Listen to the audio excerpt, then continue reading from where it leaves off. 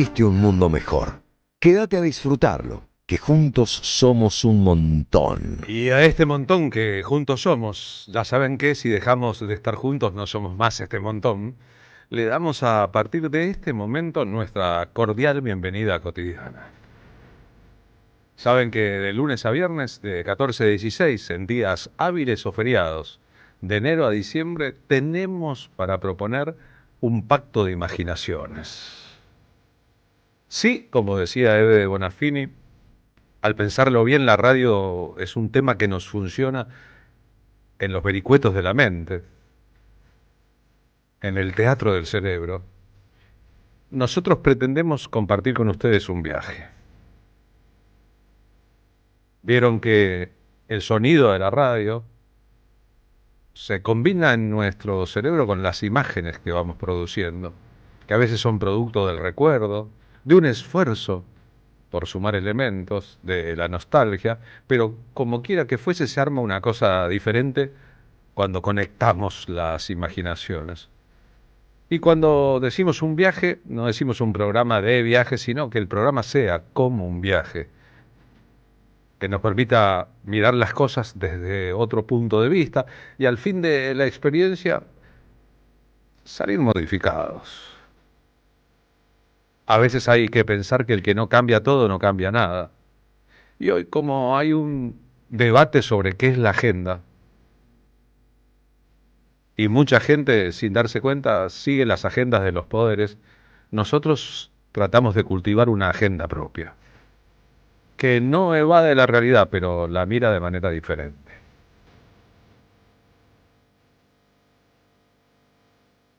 Si Argentina fuera un país de respeto al escribir su propia historia, hoy, 20 de junio, sería el día de Manuel Belgrano. Sería el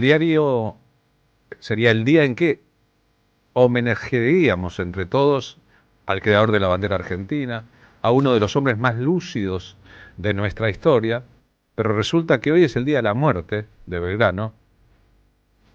Murió el 20 de junio de 1820, pobre y abandonado en la ciudad de Buenos Aires.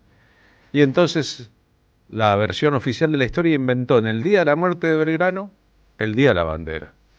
Va de suyo que el día de la bandera debía ser el día de la creación de la bandera.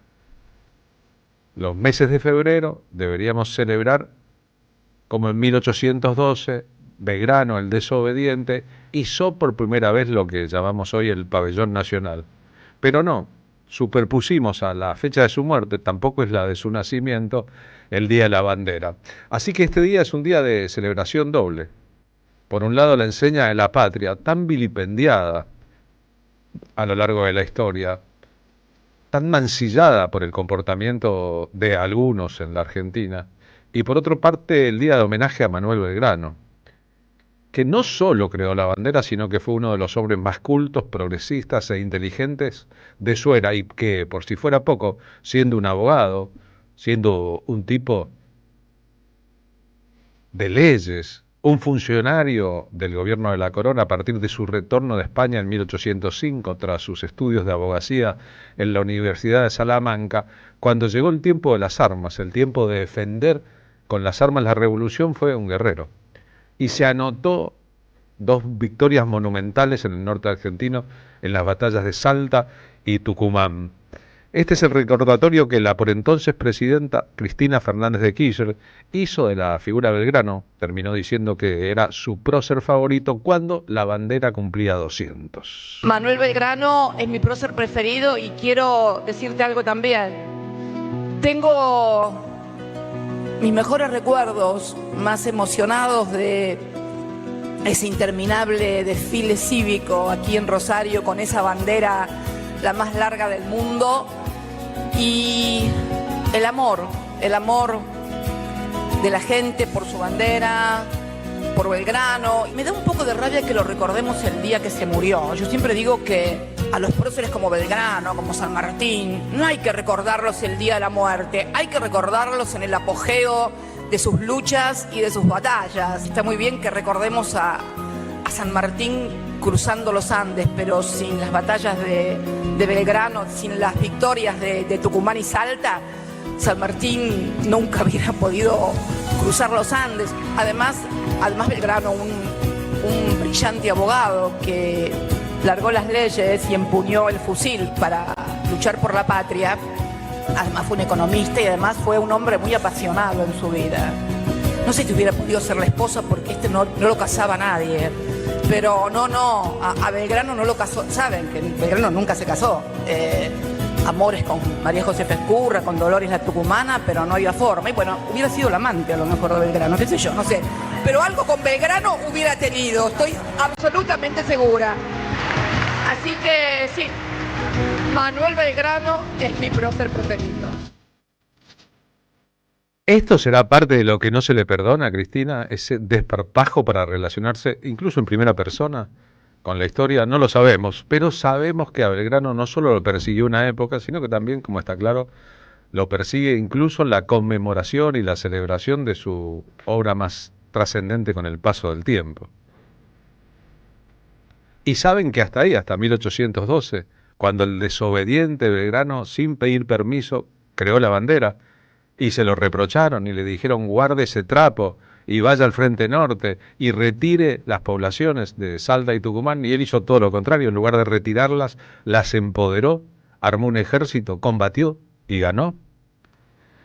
Esto empalma, de hecho, con la situación política de hoy en la Argentina. Esta tarde, a las 17, estaba citado un banderazo en la puerta de la casa de San José 1111, donde cumple su prisión domiciliaria Cristina Fernández de Kirchner. Anoche hubo un operativo grande de las fuerzas de seguridad para limpiar de cartelería y de estorbos visuales la zona, una obvia provocación a la propia expresidenta y al público que asiste al lugar porque tiene deseos y deja sus testimonios. Cristina Fernández, hace un ratito, en un comunicado personal en sus redes sociales, después de hablar pestes de la ministra de Seguridad Patricia Bullrich, responsable de estos y otros operativos en la historia, le pidió a la gente, y estamos compartiendo eso, que desvíe el banderazo planificado a la puerta de su casa por temor a que haya incidentes, concretamente, y lo concrete en el Parque Lezama, más o menos cerca de su propio domicilio. Agregó ahí un párrafo que nos permite pensar que esta tarde Cristina hablará de vuelta en público, porque le dijo a la gente que vaya y haga el banderazo en paz, en celebración del Día de la Bandera, en protesta por su detención. Es obvio, en un sitio muy connotado, muy histórico de la ciudad, donde funciona además el Museo Nacional de Historia, en un auditorio, ahí en un anfiteatro, y que tal vez ella hable. O sea, escucharemos un nuevo mensaje en una fase del principio de su prisión domiciliaria, es que está peleando por las condiciones también de esa prisión domiciliaria. Ustedes saben, puede usar el balcón, ustedes saben, debe usar tobillera.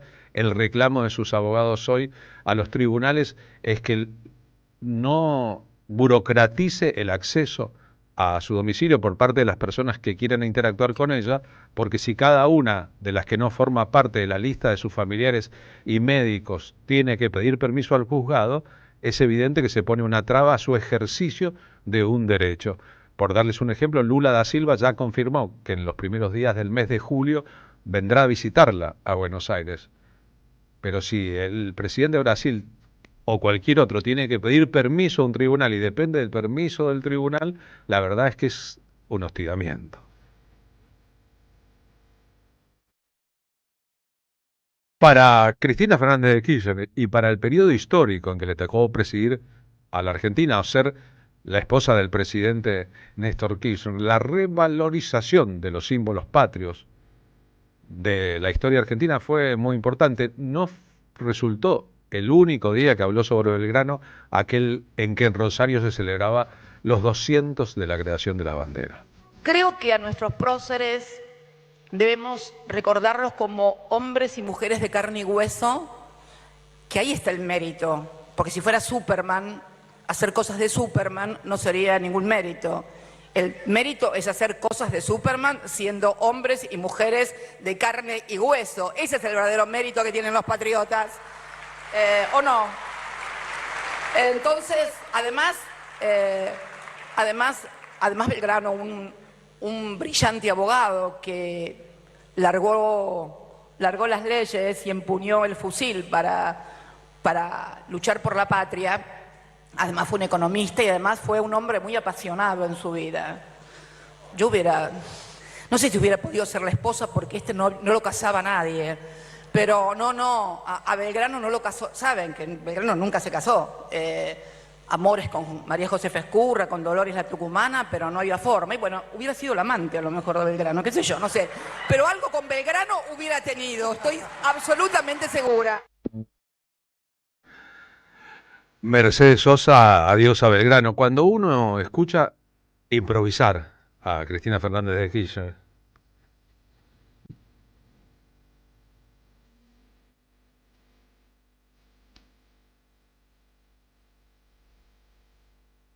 uno tiene absolutamente claro que lo hace sobre un estudio previo del tema sobre el que se va a explayar.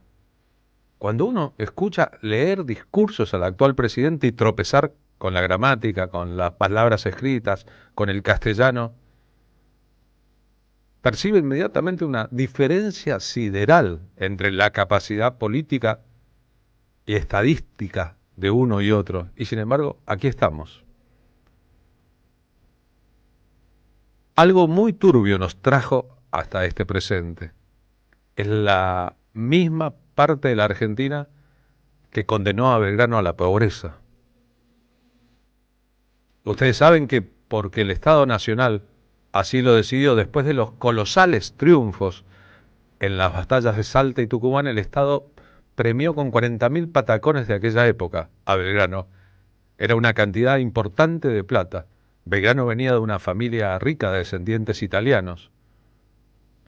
Pero luego de premiarlo, no le pagaron el dinero del premio. Belgrano terminó aguantando de su bolsillo la comida de su propia tropa. Y cuando, después de sus hazañas en el norte, enfermo, desmoralizado, se encontró con San Martín en una reunión clave, Belgrano quería colgar los trapos. San Martín lo convenció de que siguiera un poquito más. El Belgrano enfermo que llega a Buenos Aires morirá un día como hoy, sin dinero para poder pagarle al médico que lo atendía. Es decir, el mismo poder central, la revolución había derivado en un triunvirato que tenía más de oligarca y entregador que de nacional y popular. Preludia a otras cosas y otras injusticias que ocurrieron en la historia con los que luego son los grandes próceres. A San Martín también lo acusarían de haberse ido de la Argentina con dinero ajeno en un barco rumbo a Inglaterra antes de su exilio definitivo en Francia. Pagaron caro en su época haber desafiado a los poderes centrales de la Argentina, que estaban más proclives a seguir siendo poderes coloniales, representantes de reyes ajenos, que a representar los intereses verdaderos de la patria. La suplantación del amor por lo propio, del amor por la tierra y de los deseos de liberación por una máscara de esos que encubre, en rigor, el trabajo para los de afuera. Armando Tejada Gómez escribió, es uno de los textos que tenemos en nuestro espectáculo La Patria no se vende, una oración a la bandera de Belgrano, pidiéndole perdón a la bandera tan hermosa ahí en el cielo, tan no me olvides, por los tipos de acá abajo. Oración a la bandera. A propósito, quédate en el cielo, amor, no bajes.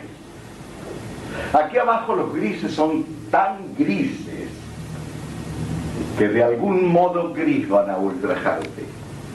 Y sos tan linda allá, tan no me olvides, simple ademán de madre por el aire, que si caes, amor, con la ternura con que caen las hojas de los árboles, si llegas a caer, ¿acaso nunca vuelvas a ser tan simple ni tan madre?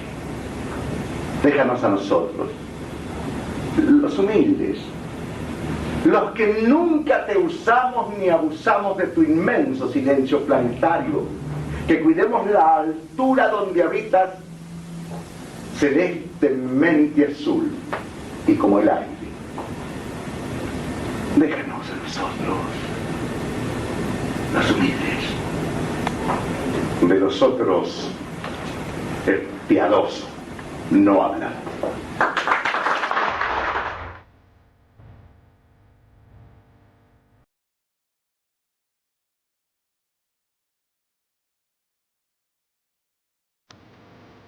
La versión de Abel Pintos del aria de la ópera Aurora. Uno de los temas de nuestra colección de canciones por la bandera.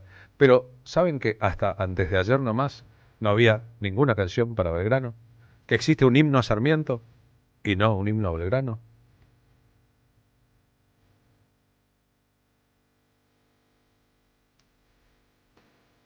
La narrativa perezosa o patriarcal o varonil de la historia completa eludió también contar que Belgrano mandó a izar la bandera, que eso lo hizo su tropa, tuvo la idea inicial, pero el objeto, la bandera, fue confeccionado por una mujer, Catalina Echevarría. En Rosario, donde eso ocurrió, la historia de Catalina Echevarría es parte del orgullo propio. Pero en los grandes libros de historia, al menos hasta ahora, Catalina Echevarría no figuraba, como otras mujeres importantes de la historia de la Revolución y de los comienzos de la patria. El relato oficial la puso a un costado y luego la olvidó. Belgrano no cosió la bandera. Belgrano no compró ni buscó la tela, tuvo la idea, pidió ayuda.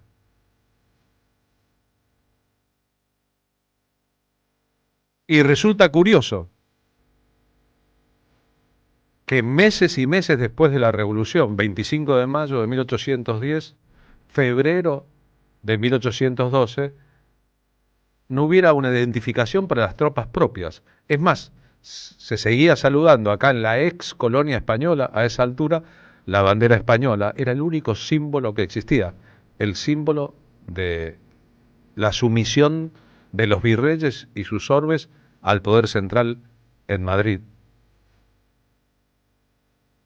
Es decir, hay gente que se llena la boca con palabras como libertad, como revolución, como bandera, como patria, pero en la práctica, lo vemos a menudo. Hace todo lo contrario. En la película nacional sobre Manuel Belgrano, de esas que produjo el canal Encuentro, con Pablo Rago de protagonista, en este caso en el papel de Belgrano, en el momento en que el amor por la patria florecía, esta es la escena de la jura de la bandera.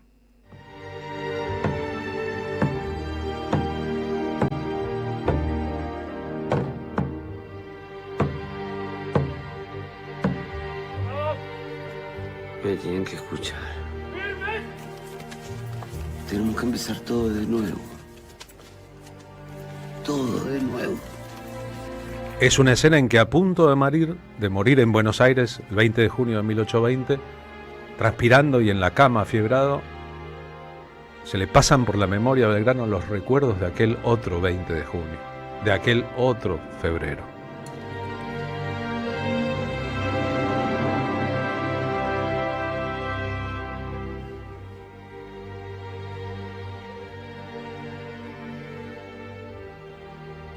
Soldados de la patria, juremos vencer al enemigo interior y exterior. Y la América del Sur será el templo de la independencia y de la libertad.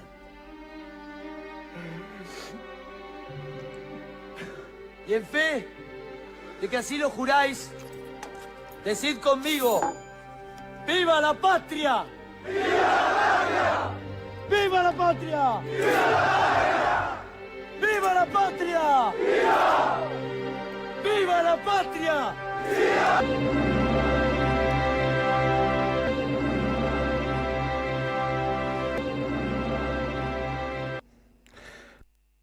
La historia completa de Belgrano y sus características de hombre, un humanista que debió tomar las armas, un hombre formado en las leyes, alguien que tenía además un programa propio como secretario de Comercio y que pensaba a la patria a fondo. Está una discusión famosa después de la batalla de Tucumán.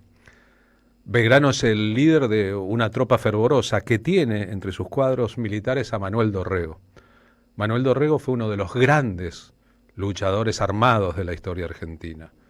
Después fue gobernador de la provincia de Buenos Aires. Después fue asesinado por Lavalle en otro capítulo de su historia.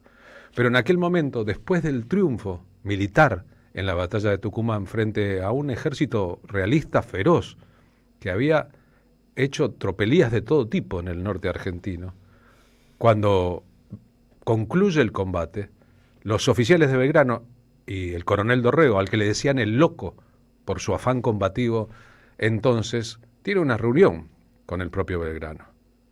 En esa reunión hay más de 400 españoles detenidos, incluyendo ahí al jefe de las tropas, que es un sudamericano que sirve la causa española. Alguien que ha nacido en estos territorios, pero que comanda las tropas del imperio. Le piden que los pase a todos a fusilamiento. Tienen 400 detenidos, oficiales y soldados españoles, y la tesitura de la oficialidad de Belgrano, encabezada por el ímpetu de Dorrego, es fusilémoslos. Y la explicación es muy clara. Así se lo dice Dorrego a Belgrano. Si ellos nos hubieran capturado a nosotros, nos fusilan a todos. Es lo que hicieron siempre. Y Belgrano le pide a Dorrego que se calme un poco y que le deje pensar en la situación. La novia de Belgrano, esa que Cristina Fernández de Kirchner nombra, que está completamente a favor de la causa de la revolución y además ha sufrido familiarmente los desmanes de los españoles en representación del imperio, discute con Belgrano. Lo acusa de tibio porque Belgrano está dudando. Y finalmente decidirá no fusilar a los prisioneros. Su explicación, traducida a la lógica de la práctica política de hoy, sería: tenemos que ser mejores que ellos. Está bien, ellos nos fusilarían. Nosotros tenemos que actuar con humanismo respecto a esto. Y tiene una reunión con Pío Tristán, el comandante de las fuerzas españoles, que además ha sido su compañero de estudios y correrías en Salamanca. Tan lejos de España, en medio de un infierno bélico, dos hombres que han compartido un tiempo de juventud. Y se dice que hasta una novia tienen que parlamentar y negociar. Y Belgrano sabe que tal vez Pío Tristán a él lo fusilaría, pero él no va a fusilar a Pío Tristán. Esta discusión teórica, porque Dorrego se le sublevó, Dorrego se le soliviantó en la cara a Belgrano. Le pegó un portazo, le dijo: usted es un irresponsable, no sabe actuar como un militar. Y Belgrano reaccionó militarmente con Dorrego, lo mandó a detener, le avisó a San Martín que Dorrego se estaba comportando así. San Martín lo retó a Dorrego y le dijo: venite conmigo, salí de ahí, venía a combatir conmigo, y cruzó los Andes y combatió con San Martín de ahí en adelante. Expresa un poco también el valor histórico de la figura de Belgrano. Hay quienes dirán: tendría que haberlo fusilado a todos. Hay quien dirán: hizo bien en perdonarles la vida. Belgrano los hizo prometer a todos, salvo a los oficiales, que no seguirían portando la divisa española y combatiendo con su uniforme, y finalmente los liberó y se supone que los reincorporó a la causa. Pero en esta discusión estratégica que hubiese hecho otro hombre en esas características, ¿qué características tenía Belgrano que le impidieron fusilar? Era católico, tenía una formación hogareña vinculada a la iglesia, tomar una decisión en un momento crucial de su propia vida que ha trascendido los siglos y nos plantea todavía preguntas. ¿Qué hacer cuando ocurren cosas como estas y uno está seguro de que ellos son peores que nosotros y también de que nosotros deberíamos ser mejores que ellos? Preguntas que flotan en el viento, hoy que celebramos la bandera pensando a Belgrano. Quiso la historia que finalmente hubiera un himno para Belgrano. Un proyecto del canal Encuentro, Bruno Arias cantando De nombre Manuel Belgrano.